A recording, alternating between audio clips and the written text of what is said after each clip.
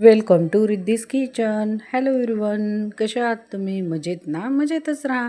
आज आपण बनवत आहोत मसाला भेंडी, जी की आपण टिफिनलाही देता येईल अशी ही भाजी आहे. आता सर्व भेंडी आपण स्वच्छ धुवून कापून घेणार आहोत. असं मध्ये कट करून आणि छोटे छोटे भागात आपण भेंडी ही कट करून घेणार आहोत.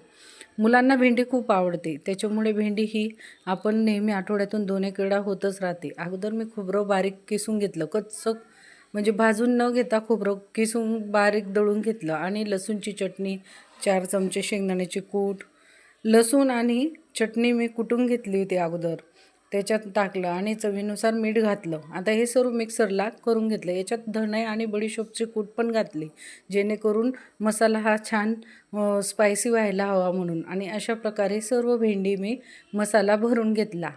भेंडीला पण कट केला होता, त्यामुळे भेंडी मस्त मधल्या भागात फोल्ड करून त्याच्यात आपण सर्व जे मसाले केले होते ते आपण भरून घेऊया, जेणेकरून मसाले भेंडी ही पूर्ण त्याचा जो मसाला आहे त्याचा फ्लेवर भेंडीमध्ये यायला हवा म्हणून.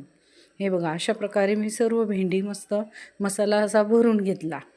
आता आपण याला फोडणी देऊया. अगोदर एक कांदा चिरून घेतला. मी कोणतीही गोष्ट किंवा तुम्ही बघत असणार की भेंडी वगैरे मी ही लोखंडी तव्यातच करते, कारण त्याचं खरपूसपणा येतो. आता भेंडी म्हटली म्हणजे ती चिकट असते, तिला आपण जर लोखंडी भांड्यात केलं किंवा तव्यात केली तर तिचा तो चिकटपणा चालला जातो आणि खरपूस अशी ही भेंडी तयार होते. अगोदर मी जिरं टाकलं आणि कांदा टाकून घेतला. कांदा चांगला लालसर झाला की मग आपण जी भेंडी भरली होती मसाला ती आता आपण त्याच्यात टाकून घेऊया. सर्व भेंडी टाकून झाली की आता हिला पूर्ण मिक्स करून घेऊया. आपण त्याच्यातच चटणी, मीठ वगैरे सर्व टाकलेलं होतं, त्यामुळे वरतून मीठ काही घालायची गरज नाही आहे. आता सर्व भेंडी ही परतून घेऊया.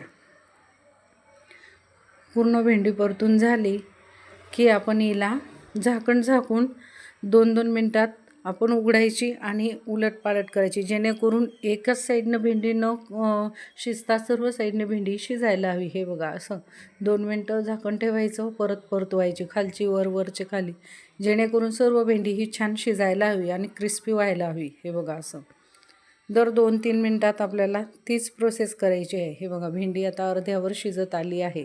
हिला अजून आपण झाकून थोडा वेळ शिजू देऊया. भेंडी चिकट अजिबात झाली नाही. लोखंडी तव्यात करायची भेंडी कधीही चिकट होत नाही. हे बघा, भेंडी आता बऱ्यापैकी शिजत आली आहे, तरी अजून 2 ते 3 मिनटं आपण झाकून परत शिजू. असे 10 मिनटं भेंडी ही छान शिजवून घेतली आपण. हे बघा, भेंडी पूर्ण शिजून गेली आहे. हिला आपण चेक करू, शिजून गेली आहे. हिला आता चांगली उलटपालट करून थोडं अजून 2 ते 3 मिनटं उघड्यावरच फ्राय होऊ देऊया. अशी भेंडी जर केली तर सर्वांना आवडेल आणि टिफिनला तर एकदम छान आहे. नेहमी एकाच प्रकारे भेंडी न करता वेगवेगळ्या प्रकारे केली तर मुलंही आवडीने खाता. झाली मग आपली झटपट अशी मसाला भेंडी. कुणाकुणाला आजची रेसिपी आवडली? रेसिपी आवडल्यास लाईक करा, सबस्क्राईब करा आणि शेअर करा. रिद्धीज किचनला सबस्क्राईब करा. धन्यवाद. या मग सर्वांनी मसाला भेंडी खायला गरमागरम.